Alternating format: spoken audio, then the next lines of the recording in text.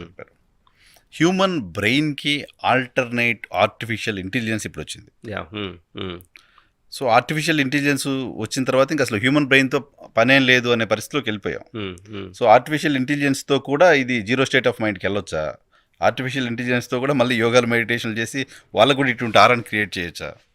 ఇప్పుడు ఆర్టిఫిషియల్ ఇంటెలిజెన్స్తో కాదు, కానీ నేను ఒక టైప్ ఆఫ్ డివైజ్ వాడుతూ ఉన్నాను.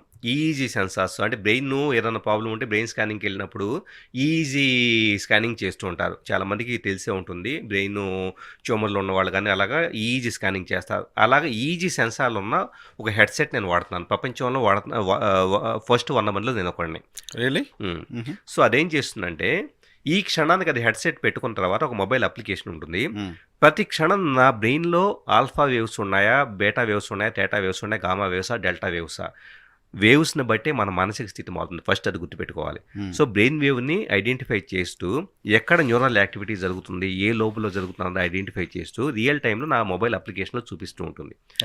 సో ఇప్పుడు దాంట్లో ఉదాహరణకి ఫోకస్ అని ఒక ప్రోగ్రామ్ రన్ చేస్తున్నాను అనుకోండి. అక్కడ కొన్ని ఆబ్జెక్టులు వెళ్తూ ఉంటాయి, లేదా కాన్సన్ట్రేషన్ అని రన్ చేస్తాం. కాన్సన్ట్రేషన్ అయితే కళ్ళు మూసుకొని లేదా ఓపెన్ చేసి చేయొచ్చు, డిఫరెంట్ మోడ్స్ ఉంటాయి. కళ్ళు మూసుకొని కాన్సన్ట్రేషన్ అనే ప్రోగ్రామ్ నేను ఓపెన్ చేస్తే కనుక నేను దేని మీద కాన్సన్ట్రేట్ చేయాలి? జీరో స్టేట్ మీద చేయాలా, లేకపోతే కనుక నేను చాలా పవర్ఫుల్ అని చెప్పేసానో, లేకపోతే కనుక నేను చాలా లవబుల్, నేను అందరూ అన్కండిషన్లో ఉన్నానో, ఏదో ఒక మోడ్ని వీ కెన్ సెలెక్ట్ మన మైండ్తో. దాన్ని కూడా ప్రాక్టీస్ చేయొచ్చు. నేను ఎప్పుడు చాలా ఏంటంటే జీరో స్టేట్ ఆఫ్ మైండ్ని ప్రాక్టీస్ చేస్తా. జీరో స్టేట్లో ప్రాక్టీస్ చేసేటప్పుడు నా మైండ్లో ఒక చిన్న ఆలోచన వచ్చినా అప్లికేషన్లో శబ్దాలు ఫేడ్ అయిపోతాయి, శబ్దాలు మాయమైపోతాయి పూర్తిగా. ఎప్పుడైతే ఒక్క క్షణం ఆలోచన వచ్చిందో ఫేడ్ అయిపోతుంది. ఎప్పుడైతే పూర్తి ఫోకస్డ్గా అసలు ఎలాంటి ఆలోచన లేకుండా, ఎలాంటి ఒత్తిడి లేకుండా ఉంటానో ఆటోమేటిక్గా టకటకట శబ్దాలు పెరిగిపోతూ, దీపావళి అప్పుడు ముందులు కాలేసి ఎంత పెద్ద శబ్దాలు వస్తాయి అలా పెరుగుతూ ఉంటాయి. సో దీన్ని న్యూరో ఫీడ్బ్యాక్ అంటారు. ప్రపంచవ్యాప్తంగా పెద్ద పెద్ద స్పోర్ట్స్ ఆడేవాళ్ళు, సింగర్స్, ఇలాంటి వాళ్ళంతా కూడా దీనికి పెద్ద ఎక్విప్మెంట్ ఉండేది. అలాగా ఒక్కొక్క సెషన్కి $1000 $1500 పే చేసి ట్రైనింగ్ తీసుకుంటారు. న్యూరో ఫీడ్బ్యాక్ అని ఎవరు వెతికినా కూడా కనపడుతుంది. సో అది కాస్త ఇప్పుడు పోర్టబుల్ డివైజ్కి వచ్చేటప్పటికి పోర్టబుల్ డివైజ్ వాడుతున్న వాళ్ళు ఫస్ట్ 100 మందిలో నేను ఒకడిని. ఇదేం చేసి ఇంటర్వ్యూ తర్వాత అదొక ఇమేజ్ చూస్తే నేను వ్యూవర్స్కి చూపిస్తాను. ఇమేజ్ పంపించండి. తప్పకుండా.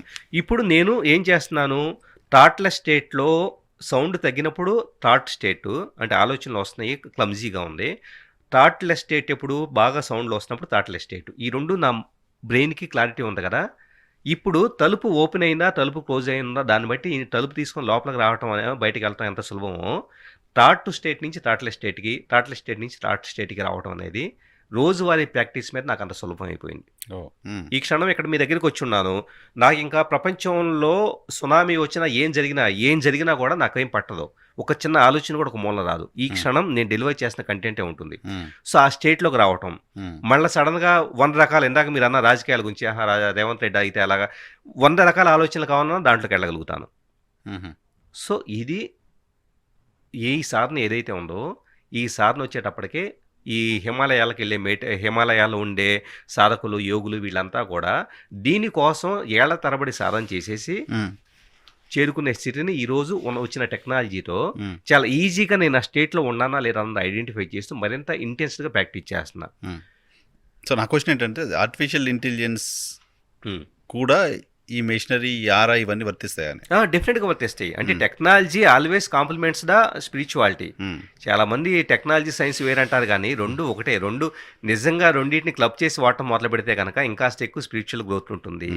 సో ఈ స్పిరిచువల్ గ్రోత్లో, ఈ మెడిటేషన్ ప్రాక్టీస్లో మనిషి యొక్క లైఫ్ స్పాన్ పెంచుకోవడానికి సంబంధించిన పాసిబిలిటీస్ కూడా ఉన్నాయా? హిమాలయాల్లో 200 సంవత్సరాల నుంచి ఉన్నారు, 300 సంవత్సరాల నుంచి ఉన్నారు అంటే చాలా చూస్తుంటాం, కొన్ని ఫోటోగ్రాఫ్స్ కూడా చూస్తుంటాం. డెఫినెట్గా ఉంటాయి. ఇప్పుడు జబ్బులు ఎక్కడి నుంచి వస్తున్నాయంటే నాకు స్ట్రెస్ ఫ్యాక్టర్ నుంచి వస్తున్నాయి అన్నాం. స్ట్రెస్ ఫ్యాక్టర్ ఎక్కడి నుంచి వస్తుందంటే ఆలోచన నుంచి వస్తుంది. ఆలోచన నుంచి ఎందుకు వస్తుందంటే మనిషిలో ఉండే కాన్ఫ్లిక్ట్ నుంచి వస్తుంది.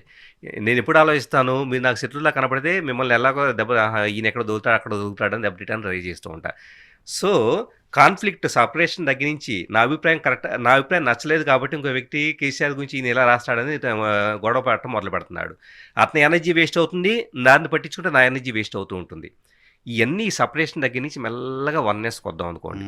ఈ వన్నెస్కి వచ్చినప్పుడు హిమాలయాలో ఉండే యోగులు కానీ హూ ఎవర్ ఇట్ మేబీ ఈ పర్టికులర్ నాలెడ్జ్, ఈ టెక్నాలజీ ఇదంతా కూడా మనిషిని ఒక పీస్ వైపు, సంతోషం వైపు, మనిషి హ్యాపీగా ఉండటానికి హెల్ప్ అవుతూ ఉంటాయి.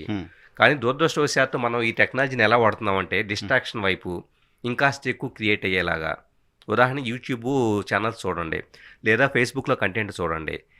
నేను మిమ్మల్ని చూసి కోప్పడకూడదు అనేది నా సాధన, లేదా నేను వాడుతున్న టెక్నాలజీ, ఇదే టెక్నాలజీ నాకు హెల్ప్ చేస్తుంటే ఈజీ టెక్నాలజీతో ఇటుతో నేనేం చేస్తున్నాను, స్ప్రెడ్ అయిపోయిన నా ఎనర్జీస్ మొత్తాన్ని, నా లేజర్ ఫోకస్ మొత్తాన్ని వన్నెస్ మీదకి తీసుకొచ్చేసి జీరో స్టేట్కి రావడానికి నేను ఇదే టెక్నాలజీని వాడుతుంటే, ఇదే టెక్నాలజీని మీరు ఎలా వాడుతున్నారు, ఇంకొక వ్యక్తి ఎలా వాడుతున్నారు, వెంటనే అదే టైంలో మీరు ఫేస్బుక్ ఓపెన్ చేసేసి ఫలానా వ్యక్తి ఫలానా విధంగా రాశాడు, అతను మంచివాడు కాదు, చెడ్డాడు కాదు, లేకపోతే వాటి గురించి అభిప్రాయాలు క్రియేట్ చేసుకుంటూ ఇచ్చేస్తూ ఉన్నారు. సో మనోభావాలు దెబ్బతినడం అనేది ఇంకా అసలు వదిలేయాలి. ఎగ్జాక్ట్లీ. సో దానికోసం టెక్నాలజీని ఎఫెక్టివ్గా వాడుకుంటే గనక మనిషి క్వాలిటీ లైఫ్ పెరుగుతుంది. క్వాలిటీ లైఫ్ పెరిగినప్పుడు ఏమవుతుంది, జబ్బులు తగ్గిపోతాయి. జబ్బులు తగ్గిపోయినప్పుడు లైఫ్ స్పాన్ అనేది పెరిగిపోతుంది. ఇంకొక ఎగ్జాంపుల్ చెబుతాను, డిఎన్ఏ పొటెన్షియల్. మా తాతకి ఇది ఉంది, డయాబెటీస్ ఉంది, లేకపోతే వాళ్ళకి అప్పట్లో బ్రాంకైటిస్ వచ్చింది, ఇంకోటి వచ్చింది, రకరకాలుగా మనం ముందే రీప్రోగ్రామ్ అయ్యి డాక్టర్ దగ్గరికి వెళ్ళాం, మీ తాత ముత్తాళ్ళకు ఉందా అని అంటాడు. ఆలోచన డాక్టర్ అడిగాడు అనగానే మనకు పడిపోయేది, ఏదో ఒక రోజు మనకు వచ్చిందని. సో ఏదో రోజు వచ్చిందన్న ఆలోచన మొదలుపెట్టిన వెంటనే తెలియకుండానే యాక్టివ్లీ ఆర్ పాసివ్లీ గుర్తొచ్చినప్పుడల్లా, లేదా సబ్ కాన్షియస్ మైండ్లో మనం దాన్ని ఆలోచిస్తూ ఉంటాం. ఇండైరెక్ట్గా మనం చేస్తుంది ఏంటి, డిఎన్ఏలో అన్లిమిటెడ్ పాజిబిలిటీస్ ఉండే దాంట్లో ఒక చిన్న పాజిబిలిటీస్ని నువ్వు నాకు కావాలి బాబు అని చెప్పేసి నా ఎక్స్ప్రెషన్, డిఎన్ఏ ఎక్స్ప్రెషన్ని ఆ పర్టికులర్ ఎంజైమ్ సెల్లో యాక్టివేట్ అయ్యేలాగా నాకు డయాబెటీస్ కావాలి, ఎందుకంటే మా తాత ముత్తాతలకు ఉంది, ఇది నాకు ఎసెట్ అన్నట్టు ఇండైరెక్ట్గా we are tapping that, welcoming it వచ్చేసేస్తుంది. ఇప్పుడు మనం ఏం చేస్తున్నాము, తాత ముత్తాతలకు ఉంది కాబట్టి నాకు వచ్చింది, కాబట్టి దీన్ని రీఇష్యూరెన్స్ చేసేసి మన నెక్స్ట్ జనరేషన్స్ ఈ థాట్ ప్రాసెస్ మన డిఎన్ఏలోనే, మన థాట్ ప్రాసెస్ వాళ్ళ చిన్నప్పటి నుంచే తెలియకుండా సబ్ కాన్షియస్ మైండ్లో డయాబెటీస్ వచ్చిందనే థాట్ వస్తుంది. అంటే ఇప్పుడు ఈ సాధనలతో ఏం జరిగిందో చెబుతాను. నేను నా డిఎన్ఏ మొత్తాన్ని కూడా నాకు తాత ముత్తాతల నుంచి వచ్చిందో, లేకపోతే నా ఆలోచన నేను పిరికిగా ఉంటాను, లేదా నేను అలా ఉంటాను, ఇలా నా బిలీఫ్ సిస్టమ్తో ఈ జీవితంలో ఏర్పరచుకున్న అన్నింటినీ కూడా తీసి పక్కన పెట్టి అన్నింటినీ ఇసిరి పారేసి ఐఆమ్ రీప్రోగ్రామింగ్ మై డిఎన్ఏ. ఆటోమేటిక్గా అవుతుంది, జబ్బులు తగ్గిపోతాయి.